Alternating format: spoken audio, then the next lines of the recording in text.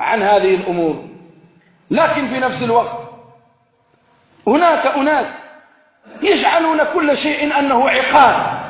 أليس لله إلا العقاب مع خلقه؟ من الذي قال لكم أن أهل الناظور وأن أهل الحسيمة وأن هؤلاء الناس من أهل الريف، من قال لكم أنهم يستحقون العقوبة التي هي غضب من الله؟ من أخبركم بهذا؟ من قال لكم أن هذا الزلزال غضب من الله على أهل الناظور وأهل الحسيمة؟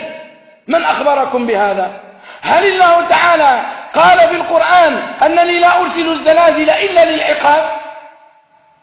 من قال لكم هذا؟ الزلزال آية من آيات الله، نعم، تخويف من الله، نعم، ولكن لا يكون التخويف دائما أنه غضب من الله وعقاب، بل قد يكون رحمة، قد يكون رحمة هذا الزلزال. أليس أهل الريف وهو معروف وبدون افتخار أحسن المناطق في هذه المعمورة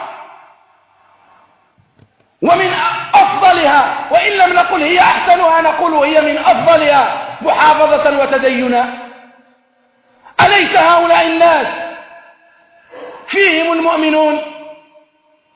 أليس هناك مناطق أشد من هذه تستحق أكثر من هذا؟ من الذي أخبركم أن هذا غضب من الله على أهل الناظور وأهل الحسيمة؟ من؟ أيوحى لكم؟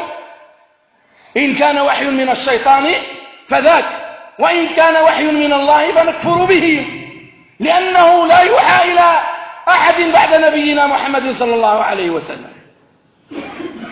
فعباد الله، لا تتجرؤوا ولا تخوضوا فيما لا علم لكم به. نحن نؤمن ونوقن أن هذه آية من آيات الله، قد تكون عقابا، نعم، قد تكون آية، قد تكون تخويفا، قد تكون ابتلاء، قد تكون رحمة، قد تكون دلالة على وحدانيته وقدرته. هي مواضيع كثيرة لا يسمح الوقت بتفسيرها وتفصيلها جميعها، ولكن هذه موضوع الشاهد. يقول الله جل وعلا: وما نرسل بالآيات إلا تخويفا.